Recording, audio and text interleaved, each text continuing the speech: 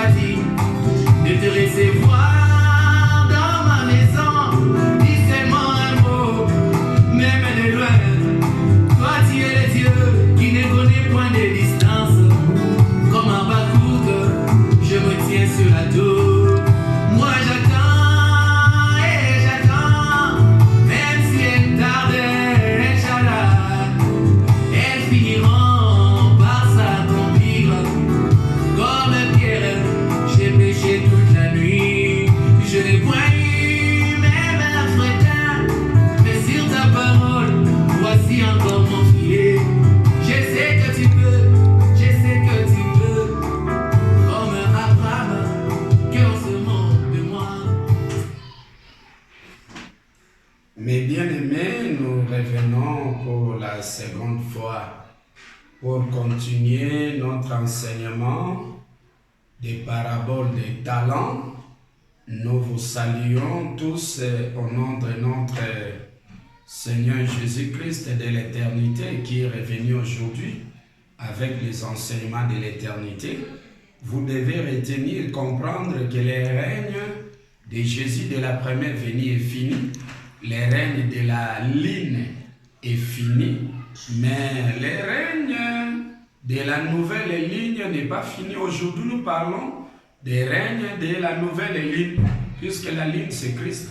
Et vous allez voir dans Psaume 81, verset 4, la Bible dit « Sonnez de la trompette à la nouvelle ligne, à la pleine ligne, au jour de notre fête. » Aujourd'hui, c'est le commencement du règne de la nouvelle ligne.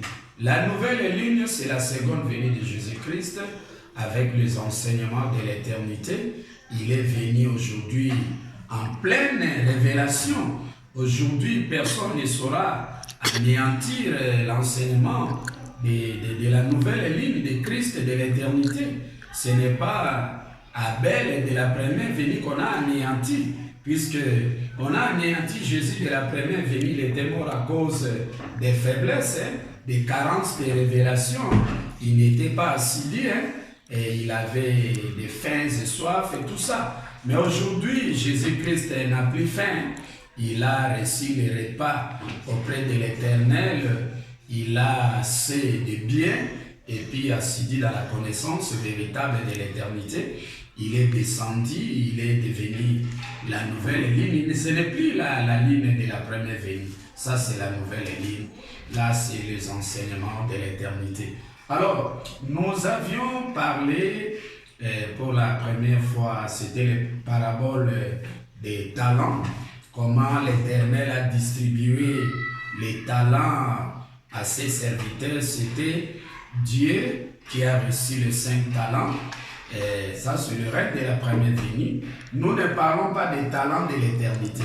On n'a pas écrit les talents de l'éternité que l'Éternel a réservé à Christ et à Dieu. Ici, on ne parle pas. Ça, c'est juste les règnes de la première venue. Tout ça, les règnes de tout ce qui est de l'éternité, l'Éternel a caché ça pour lui-même.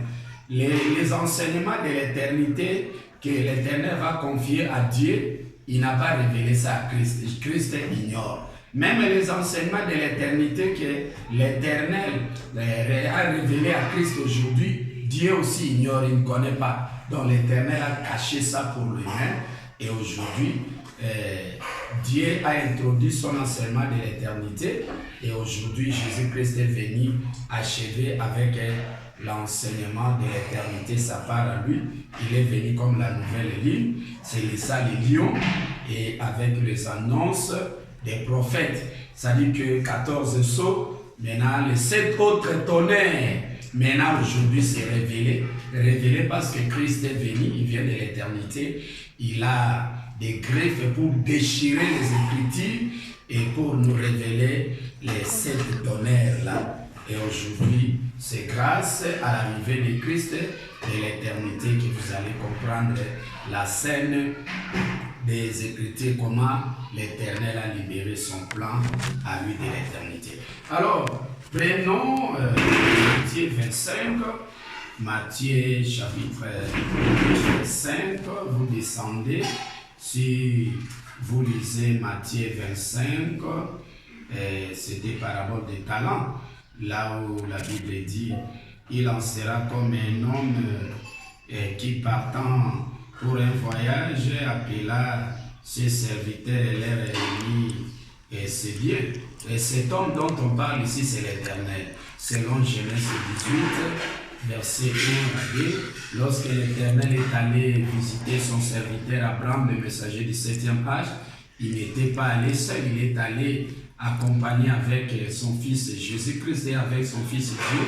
C'était comme ça, l'Éternel lui a apparu parmi les chênes de Mamré. Comme il était assis sous sa tente pendant la chaleur du jour, Abraham leva les yeux, il vit 3 hommes. Les 3 hommes-là, c'était l'Éternel, Dieu et Christ. C'est comme ça, 3 personnes en Dieu. Et l'Éternel a 2 fils, il a Jésus, il a Dieu. Mais durant le règne de la première venue, c'était Jésus-Christ qui était le plus jeune, selon Luc chapitre 15, verset 11. Vous allez voir,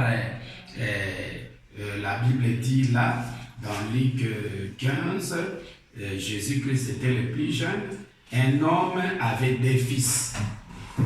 Le plus jeune dit à son père, « Mon père, donne-moi la part des biens qui doit me revenir. » La Bible dit, le père leur distribuera son bien. Le père leur distribuera son bien. Les biens dont le père a distribué ici, c'était les talents, c'était les enseignements. Chacun a eu sa part des enseignements. Jésus a eu sa part des enseignements auprès de l'Éternel, c'était les talents. Dieu aussi devrait aussi bénéficier les 5 talents auprès de l'Éternel. Et l'Éternel a donné aussi les 1 talent au messager du 7e âge. Alors, selon les Écritures ici, vous allez voir que c'est Jésus-Christ qui a commencé. Pourtant, selon la révélation, c'est pas ça. C'est le messager du 7e âge qui commence. Puisque si nous parlons d'Isaïe avec les 2 fils, le messager du 7e âge étant que l'homme avec 2 fils. Donc, les 2 fils là, c'était Jésus et Dieu. Donc, le messager du 7e âge a enfanté les 2 fils. Alors, et lorsque Jésus-Christ était encore fils de l'homme, Dieu aussi était fils de l'homme. Ces 2 fils-là se battent toujours. Et le combat de positionnement, ça commence depuis le messager du 7e âge. Jésus-Christ va être le plus grand, Dieu aussi va être le plus grand. C'est ça, le combat dès le ventre de sa mère. Là, il y a lutte entre les 2 fils. Rebecca dit, mais pourquoi suis-je enceinte? Ah non, il y a 2 nations, 2 peuples. Donc, nation de Christ et nation de Dieu. Peuple de Christ et peuple de Dieu. Et c'est comme ça qu'ils se battaient pour chercher un positionnement. Mais, durant le règne de la première venue, Jésus-Christ était le plus jeune. Dieu était le plus âgé. Mais durant le règne de l'éternité, Dieu devient le plus jeune. Jésus-Christ est le plus âgé. Donc le plus grand enseignant aujourd'hui et qui demeure éternellement, c'est Christ. Puisque le spirituel n'est pas le premier, c'est ce qui est après. C'est ce qui vient ensuite et qui devient le premier. Comme Dieu a introduit l'éternité et Jésus-Christ est venu achever, Jésus-Christ devient le plus grand enseignant spirituel de l'éternité. Mais durant le règne de la première venue, c'était Dieu qui était le plus grand, puisque Jésus-Christ a commencé l'enseignement, la révélation du commencement, et Dieu est venu achever. C'est comme ça que Dieu était plus grand durant le règne de la première venue, mais à l'éternité, c'est Christ qui demeure le plus grand enseignant. C'est lui qui a reçu la plus belle robe. Lorsque, durant le règne de la fin, Luc 15, 11, là, le plus jeune a reçu, non? Il est allé propager ses biens. Et à la fin du règne de la première venue, il était dans la carence. Donc, celui qui a commencé la chasse, c'était Isaïe. Il a d'abord chassé, il a nourri Jacob et Ésaü. Et lorsque ses enfants sont grandis, alors c'était Ésaü qui a commencé la chasse. Ésaü, là, c'est Christ. C'est Christ qui a commencé à chasser les révélations dans la Bible. Et pourtant, c'était le 7e qui a introduit avec les 1 talent la pensée spirituelle. Et avec les 1 talent, ça a permis à Christ pour commencer aussi la chasse. Ésaü a chassé jusqu'à ce que, à la fin du règne de la première venue, vous allez voir qu'Ésaü entre dans la forêt, il n'a plus de gibier. Lorsque Ésaü n'a plus de gibier, ça dit que c'est ça la fin du règne de Jésus de la première venue. Et c'est son frère Jacob qui va entrer en scène pour commencer la chasse et puis à nourrir son frère. Et c'est comme ça qu'Isaïe aimait beaucoup Ésaü parce qu'il mangeait du gibier. Les gibiers là, c'était les révélations de la première venue que Jésus-Christ a enseigné. Et le 7e mangeait du gibier. Et Dieu aussi, Jacob était un disciple ignorant, disciple de Jésus, il devait aussi manger du gibier. Alors, à la fin des règnes de Jésus de la première venue, alors Ésaü n'a plus rien, il a vendu son droit d'aînesse. Il a vendu ça auprès de son frère Jacob. Jacob là c'était Dieu. Il a transmis son enseignement du commencement auprès de Jacob. En ce moment-là, comme c'est la fin, il n'a plus de révélation, Christ n'a plus de révélation, c'est comme ça qu'Ésaü entre dans la forêt, il n'attrape plus du gibier. Pourquoi? Puisque le propriétaire de la forêt c'est l'Éternel. Et il ne permet plus à Jésus, Ésaü, d'attraper du gibier. En ce moment-là, son frère Jacob et Dieu commencent la chasse. Et Jésus commence à manger du gibier à côté de son frère. En ce moment-là, Jésus devient disciple de son frère Dieu. C'est comme ça qu'on appelle Jésus-Christ fils de Dieu. Lorsqu'il devient disciple de son frère Dieu, quand il entre en scène à la fin du règne de son enseignement du commencement de la première venue. Mais lorsque le messager du 7e âge a commencé avec son 1 talent, Jésus-Christ devait récupérer les 1 talent. C'est ça qu'on appelle Jésus-Christ fils de l'homme. C'est-à-dire que disciple du messager du 7e âge pour récupérer les 1 talent. Et Dieu aussi devrait être aussi fils de l'homme. Il devrait aussi récupérer les 1 talent. Puisque si vous ne récupérez pas les 1 talent, la pensée spirituelle, les annonces du prophète, vous rendez nul les plans de l'Éternel. Là, vous déroutez. Là, il y a beaucoup de doctrines dans le monde. C'est à cause qu'ils n'ont pas écouté les annonces du prophète. Les 1 talent, c'est par manque de 1 talent que le prophète amène. Alors, si vous anéantissez le prophète, vous anéantissez automatiquement la pensée que l'Éternel a transmise au prophète. Ce n'est pas le prophète, il s'agit de l'Éternel. C'est son projet, c'est son dessein à lui. C'est comme ça que les prophètes ne meurent jamais. Donc, le prophète Branham avait raison. Si quelqu'un vous dit que Branham est mort, ne le croyez pas. Si quelqu'un tue le prophète, si quelqu'un tue Jésus, il a l'esprit de Caïn en lui. C'est un égaré. On ne peut pas tuer Jésus, on ne peut pas tuer le prophète, on ne peut pas tuer Dieu. Ce sont les enseignements qui demeurent éternellement. Et le prophète qui demeure éternellement, c'est le prophète qui a prédit en faveur des enseignements de l'éternité de Christ ou de Dieu. Alors, ces annonces-là demeurent éternellement, puisque l'enseignement, la révélation de l'éternité de Christ aura comme soubassement les annonces des prophètes. Et la révélation de l'éternité de Dieu aura comme soubassement les annonces des prophètes. C'est comme ça, 14 sceaux. Les 7 autres sceaux, les 7 sceaux de la première venue pour soutenir la révélation de la première venue. Les 7 autres sceaux, c'est pour soutenir la révélation de l'éternité de Christ ou de Dieu. C'est comme ça, 14 sceaux. Les annonces pour la première venue et les annonces pour l'éternité. 14 jours, 14 sceaux. Et c'est ça le fondement pour fortifier la révélation de Christ et de l'éternité. Et maintenant, Jésus-Christ devait aussi, en récupérant les 1 talent, la pensée spirituelle auprès du messager du 7e âge, maintenant Jésus-Christ aussi devait entrer en scène.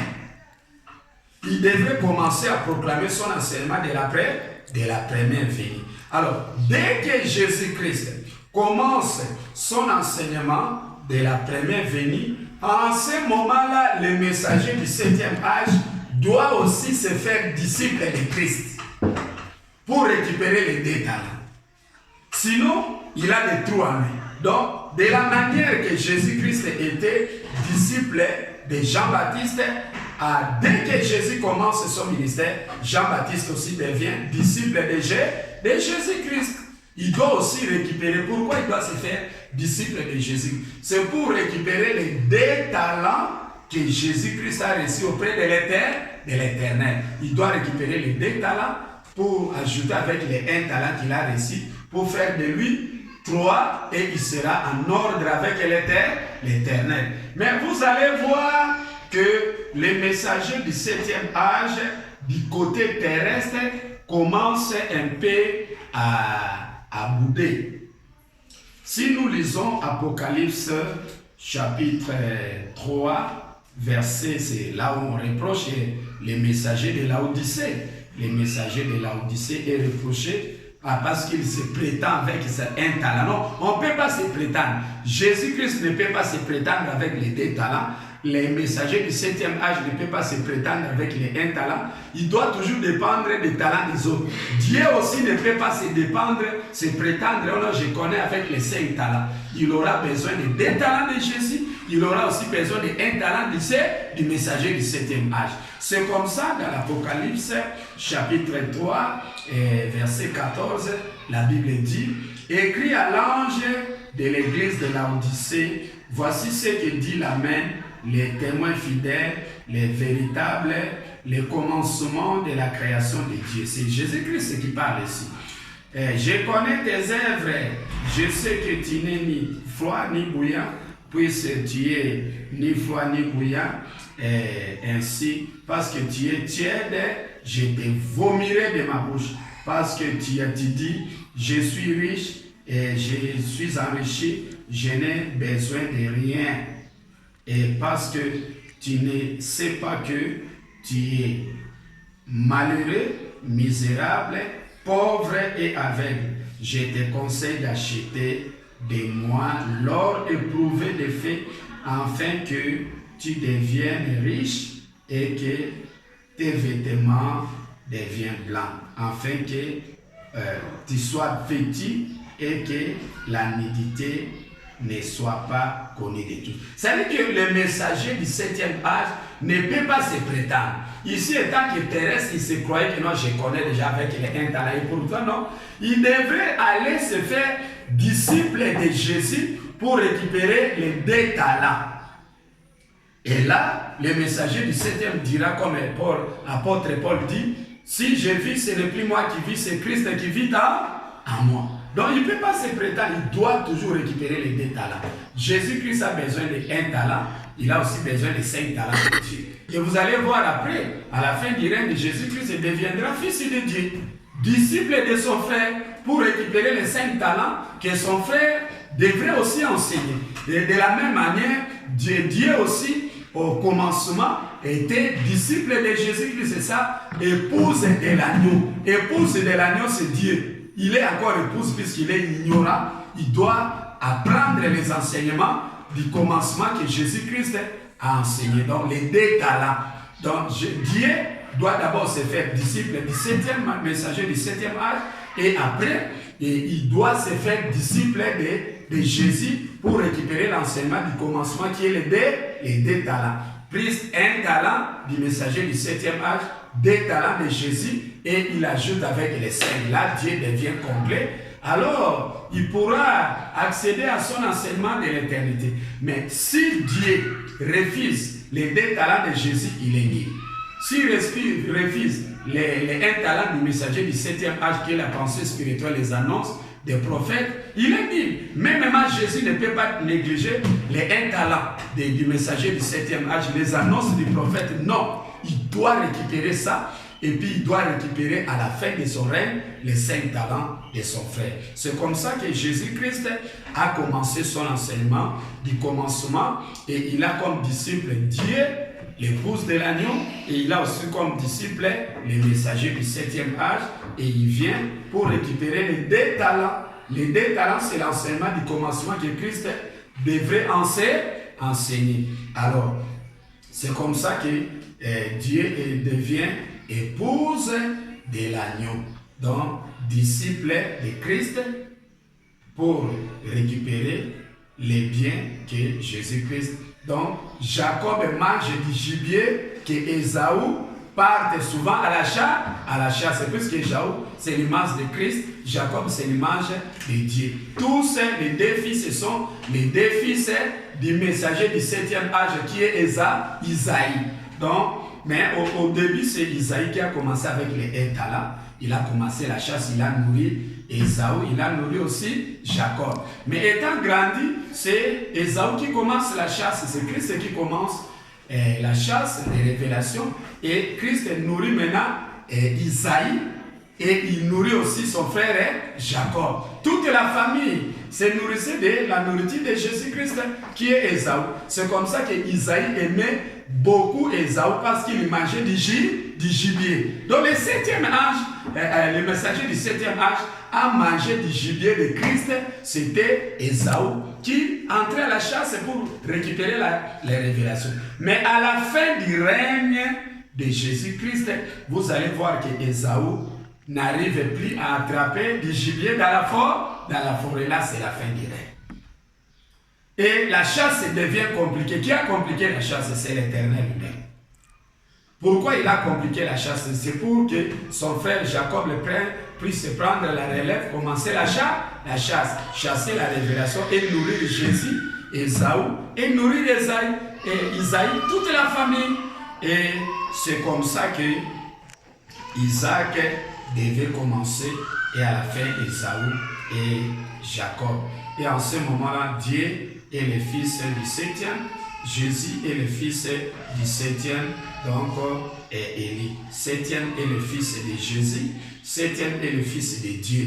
Mais le 7e ne voit l'Éternel qu'au travers de Christ et ne voit l'Éternel qu'au travers de Dieu. Alors l'Éternel, la face de l'Éternel est montrée qu'à deux personnes. Celui qui a droit de voir la face de l'Éternel, c'est Dieu et Christ, les deux fils. C'est comme ça, deux fils. C'est comme ça qu'on a éliminé le 7e ici. Dans Luc 15, 11, un homme avait deux fils. Les deux fils là, c'est Dieu et Christ.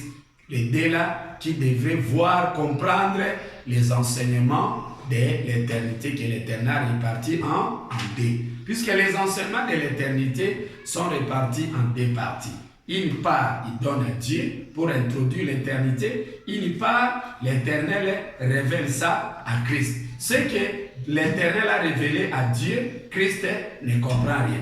Ce que l'Éternel révèle aussi à Christ, Dieu aussi ignore. Il garde les secrets. C'est comme ça le secret de l'époux avec les deux épouses. C'est comme ça que à la porte de l'éternité, vous pouvez entrer à l'éternité soit au travers de Christ ou soit au travers de Dieu. Mais Moïse entre à l'éternité au travers de Dieu. Élie entre à l'éternité au travers de Christ. C'est ça les deux précurseurs. Moïse demeure le précurseur de Dieu. Élie demeure le précurseur de Christ. Matthieu 17, à la montagne, Jésus-Christ est allé là-bas. Il a vu Moïse et Élie. Moïse n'est pas mort. Élie aussi n'est pas mort. Les prophètes ne meurent jamais. Que ce soit le prophète Branham, il vit. Son message ne sera jamais anéanti. On va anéantir seulement du côté terrestre. Mais côté spirituel, on ne peut pas. On garde ça. Et le prophète Mahomet n'est pas mort. On peut anéantir la pensée humaine, mais le prophète Mahomet, étant que messager spirituel, demeure éternellement. C'est lui qui nous a montré comment adorer Allah. Alors, le prophète Simon Kimba n'est pas mort et il ne sera jamais mort. Il demeure éternellement. Ce sont des esprits qui vivent dans l'au-delà de l'éternité. Aujourd'hui, le prophète Simon Kimba est entré à l'éternité au travers de Christ. Branham est entré à l'éternité au travers de Dieu. Et tous les prophètes aujourd'hui ont l'accès à l'éternité. Et tous les prédestinés aujourd'hui, vous devez aussi entrer à l'éternité. Mais pour entrer à l'éternité, vous devez compléter les restes des enseignements de l'éternité que Christ a amené ça aujourd'hui. C'est comme ça qu'aujourd'hui, c'est la nouvelle ligne. Ce n'est pas la ligne. Le règne de la ligne est fini. Commence le règne de la nouvelle ligne de Psaume 81, verset 4. Et avec le règne de la nouvelle ligne, Dieu, à la fin du règne de l'enseignement de Jésus-Christ, Dieu devrait maintenant commencer son enseignement. C'est comme ça que Matthieu 5, 17, Jésus-Christ dit, je ne crois pas que je sois venu abolir les prophètes ou la loi. Je suis venu non pour abolir, mais pour accomplir. Aujourd'hui aussi, on ne peut pas anéantir les enseignements des prophètes étant que messagers spirituels. Mais étant que messagers charnels, là, on rejette ça. Mais étant que messager spirituel, on ne peut pas anéantir Branham, on ne peut pas anéantir Simon Kimba, on ne peut pas anéantir les prophètes Mahomet. Ce sont des serviteurs que l'Éternel a envoyés pour annoncer, pour nous aider, nous montrer comment adorer les créateurs. C'est comme ça qu'à la fin du règne de Jésus-Christ, il dit « j'ai soif, j'ai faim ». Donc, il a carence, mais il devrait d'abord se faire disciple de son frère Dieu qui entre en scène avec les 5 talents. C'est comme ça que la Bible dit. Et en ce moment-là, Jésus-Christ est embrouillé dans les mélanges. Et la pêche n'a plus la capacité d'attraper les gibiers. Les gibiers, ce sont des révélations. Et en ce moment-là, c'est Dieu qui commence la chasse. C'est Jacob et puis qui prend la relève. Et il chasse, il trouve les gibiers, il nourrit Ésaü et puis Isaïe. Il nourrit toute la famille. Toute la famille dépend du repas que Dieu va maintenant distribuer. Et c'est comme ça que Dieu, durant les règnes de la première venue, devrait enseigner son 5 talents. Et quand Dieu entre en scène avec les 5 talents, Jésus-Christ devient fils de Dieu, disciple de Dieu. Il doit aller récupérer les 5 talents que Dieu a amené. C'est ça, donnant, de la manière que Dieu était venu auprès de Jésus-Christ comme un ignorant pour récupérer les 2 talents, et il est allé auprès du messager du 7e âge pour récupérer les 1 talent, la pensée spirituelle. De la même manière aussi, Jésus-Christ aussi, alors doit aller avec son mélange là, puisqu'à la fin du règne, son enseignement est embrouillé, il doit aller récupérer les 5 talents auprès de son frère Dieu. Et en ce moment-là, lorsque Jésus devint disciple de Dieu, c'est comme ça, à la fin de son règne, Jésus-Christ dit, Matthieu 27, Élie, Élie, lama sabachthani, mon Dieu, pourquoi m'as-tu abandonné? Il appelle son frère Dieu pour venir l'enseigner, le ressusciter.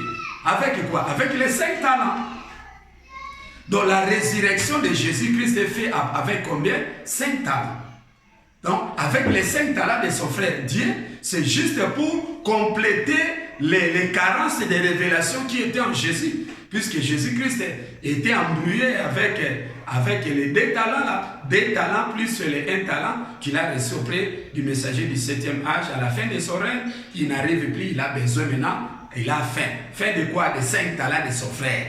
Il doit bénéficier des 5. C'est comme ça que la Bible dit, Jésus-Christ devient fils de Dieu. Fils de Dieu, c'est-à-dire disciple de Dieu. Donc, il était d'abord fils du 7e, fils du 9e, et aujourd'hui, Jésus n'est plus fils de Dieu.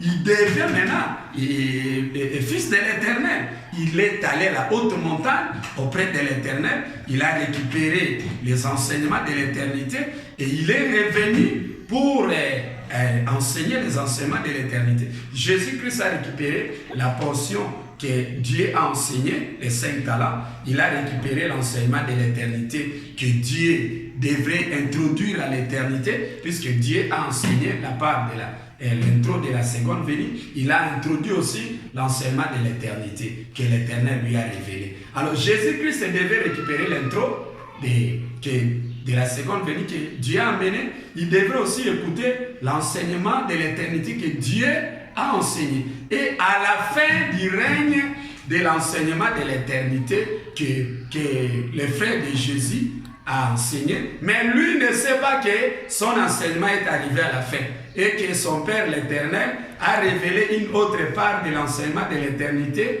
à son frère Jésus-Christ. Et lui ne sait même pas que non, son frère devrait achever l'enseignement de l'éternité. Lui, il se croit que non, et il croit que son frère Jésus-Christ est mort au cours des chemins. C'est lui qui était mort, il est maintenant revenu à la vie avec les enseignements de l'éternité. Jésus-Christ demeure les meilleurs enseignants de l'éternité. C'est comme ça que dans le parabole du fils prodigue, vous allez voir Jésus-Christ en revenant, il devait retourner auprès de son Père l'Éternel. Quand il était dans la carence, il est allé d'abord auprès de son frère pour récupérer la part, mais qui a reçu la plus belle robe, c'est Christ. En ce moment-là, lorsque le Père a remis la plus belle robe à Christ, toujours au travers des serviteurs. Les serviteurs là, ce sont les annonces des prophètes. Ce sont les 7 autres annonces que les prophètes de cet âge ont proclamées pour soubassement des enseignements que Christ va amener. Donc sans les annonces, ça veut dire que ceux qui ont revêtu Christ, ce sont les serviteurs. Les serviteurs, ce sont les prophètes de ces 7 autres âges. De 14 sceaux. Les 7 autres tonnerres là, qui n'étaient pas révélés, c'est révélé aujourd'hui. C'était juste pour revêtir Christ des enseignements de l'éternité. C'est comme ça qu'aujourd'hui, nous arrivons à comprendre les enseignements de l'éternité. Et prenons un peu, vous allez voir dans Luc 15, et vous allez comprendre que Jésus-Christ demeure le plus grand enseignant de l'éternité. Et écoutez un peu ici. Vous allez voir à partir de 22. Mais le Père dit à ses serviteurs, les serviteurs ici, c'est les 7 autres messagers qui ont prédit en faveur des enseignements de Christ de l'éternité. Les 7 autres ici, ils ont prédit en faveur des enseignements de Dieu, de l'éternité. Ils ont aussi prédit en faveur des enseignements de Christ. Donc, les prophètes Branham, de la seconde venue, il a prédit les annonces en faveur de Christ de la seconde venue. Il a prédit aussi les annonces en faveur de Dieu qui devait introduire les enseignements de l'éternité. C'est comme ça que les prophètes ont accompli double tâche. Il a prédit en faveur de Dieu, il a prédit en faveur de Christ. C'est comme ça que les prophètes demeurent éternellement. Donc, à part les annonces de la première venue, qui est passé, maintenant parlons des prophètes étant que les annonces de l'éternité. Et c'est comme ça que les prophètes demeurent éternellement. Donc les prophètes aujourd'hui ont l'accès à l'éternité. Donc à la porte de l'éternité, vous trouvez Dieu, vous trouvez Jésus. Mais ici, vous allez voir comment les serviteurs ont revêtu Jésus-Christ pour la seconde fois, pour qu'il soit en mesure de proclamer son enseignement de l'éternité. C'est comme ça que l'Éternel a ordonné. Le Père ici, c'est l'Éternel. Quand Jésus-Christ revient auprès de l'Éternel, il revient pourquoi? Parce qu'il a faim et soif des enseignements de l'éternité. Il est revenu pour récupérer sa part des enseignements de l'éternité. C'est ça la plus belle robe que l'Éternel a ordonnée aux messagers de cet autre âge, aux prophètes Branham, Simon Kimbango, Moïse et tout, Élie, pour revêtir, puisque le précurseur de Christ c'est Élie. Élie parlant au travers des messagers du ciel. Donc, Élie, comme Branham et Élie, Moïse et Élie, aujourd'hui même, le prophète Simon Kimbango, il a manifesté l'esprit d'Élie, le prophète Mahomet. Il a manifesté l'esprit d'Élie. Mais ici, nous parlons, les derniers prophètes, c'est le prophète Branham, c'est lui qui a clôturé, c'est comme ça il devient le plus grand. Et c'est comme ça l'esprit d'Élie qui parlait au travers du prophète Branham devrait introduire Dieu et puis introduire en même temps Christ, puisque Isaïe a combien de fils? Des fils. Donc il a proclamé les annonces en faveur de Dieu, il a proclamé aussi les annonces en faveur de Christ. Ne parlez pas que non, il ne faut pas s'approprier. Et les frères Branham et les précurseurs seulement de Dieu. Non, Isaïe a des fils. Donc, le prophète frère Branham a prédit en faveur des enseignements de Christ et de l'éternité, il a aussi prédit en faveur des enseignements de Christ et de Dieu de l'éternité. Mais c'est Dieu qui a commencé et c'est Christ qui achève. C'est comme ça que Jésus-Christ devient le plus grand enseignant de l'éternité. Et son frère Dieu qui a introduit l'éternité, lui aussi il est grand, mais Jésus-Christ est devenu plus grand puisqu'il a reçu la plus belle robe. Pourquoi la plus belle? La plus belle par rapport à la robe que son frère Dieu a reçue pour introduire l'éternité. Et la robe de Jésus dépasse la robe de Dieu. C'est ça la plus belle robe. Et lorsque Jésus a récupéré la plus belle robe, son frère n'était pas content. C'est comme ça que Dieu, vous allez voir que non, mais moi j'étais toujours avec toi l'Éternel. Il devient jaloux. Il manifeste la jalousie ici parce que son frère Jésus a reçu la plus belle robe de l'éternité. Et c'est comme ça que son frère ne voulait pas entrer. Mais il doit entrer, il est obligé puisque c'est l'Éternel qui a ordonné qu'on puisse remettre à Jésus la plus belle robe. Et puis, vous devez comprendre, et cette élite ne commence pas aujourd'hui, hein. C'est depuis le 7e. Hein. Est-ce que Ésaü et Jacob, depuis le ventre de leur mère, ils se battaient, non? C'était le monde de positionnement. Mais l'Éternel a voulu que Jésus-Christ soit le plus grand enseignant de l'éternité, puisque le spirituel n'est pas le premier, hein. C'est ce qui vient ensuite. Et comme Dieu a introduit l'éternité, Jésus-Christ a achevé, il devient plus spirituel par rapport à son frère. De la manière que Jésus-Christ avait introduit la première venue, son frère Dieu était le plus spirituel de la première venue, mais à l'éternité, c'est Christ qui devient le plus spirituel des enseignants. Alors c'est comme ça que Dieu aujourd'hui est obligé pour récupérer l'enseignement de Christ de l'éternité pour compléter sa connaissance. De la manière que Christ aussi a récupéré la part de l'enseignement de l'éternité que Dieu a proclamé. Aujourd'hui, Dieu aussi, son frère aussi doit récupérer. C'est comme ça que Jésus-Christ dit, Jean 10, 17, vous allez voir ici. Jésus-Christ dit, il a reçu l'ordre auprès de son Père. Et quel est cet ordre que Jésus-Christ a reçu auprès de son Père? Nous atterrissons là-bas. Et vous allez voir ici, dans Jean chapitre 10, verset 17. Verset 17, c'est écrit comme ça. Les pères aiment le Christ, parce que je donne ma vie afin de la reprendre. Personne n'aime l'autre, mais je la donne de moi-même. J'ai le pouvoir de la donner et j'ai le pouvoir de la reprendre. Tel est l'ordre que j'ai reçu de mon Père. Tu as entendu l'ordre que Jésus a reçu auprès de son Père l'Éternel? Il a le pouvoir. Donc, il donne de son propre gré. Ce n'est pas, oh, il remettra à qui? Donc, puisque c'est l'Éternel qui lui a remis des talents. Alors, Jésus-Christ a des comptes à rendre à l'Éternel. Dieu aussi a des comptes à rendre à l'Éternel. Moi, je cherche le véritable Dieu, le frère de Jésus, qui fait entrer les gens à l'éternité. Moi, je ne cherche pas celui qui a l'esprit de Caïn pour anéantir son frère. Oh, je suis seul. Non, moi, je cherche le véritable Dieu qui travaille à la porte de l'éternité, qui fait entrer les élus à l'éternité. Le Dieu dont on parle, le Tout-Puissant. Si c'est lui, le Tout-Puissant, il doit écouter son frère Jésus-Christ et il doit compléter les restes des enseignements que Jésus-Christ et son frère a amené pour compléter sa connaissance et pour qu'il soit en ordre avec son Père. C'est comme ça qu'il y a la jalousie, un tiraillement entre Jésus-Christ et Dieu. Et le tiraillement commence seulement à partir du messager du 7e âge. Dès le ventre de leur mère, ils commencent à se battre. Un monde de positionnement. Et moi, je suis le plus grand. Qui est le plus grand? C'est ça le monde de positionnement. Et pourtant, durant les règnes de la première venue, Jésus-Christ était le plus petit par rapport à Dieu. Mais à l'éternité, Jésus-Christ devient le plus grand. Dieu devient le plus petit enseignant spirituel. Ce ne sont pas quelque chose qu'on a fabriqué. C'est ce que l'Éternel a voulu libérer comme son plan. C'est comme ça qu'aujourd'hui nous atterrissons là-bas. Et vraiment, nous vous remercions. Suivez-nous de temps en temps. C'est votre chaîne Éternel TV.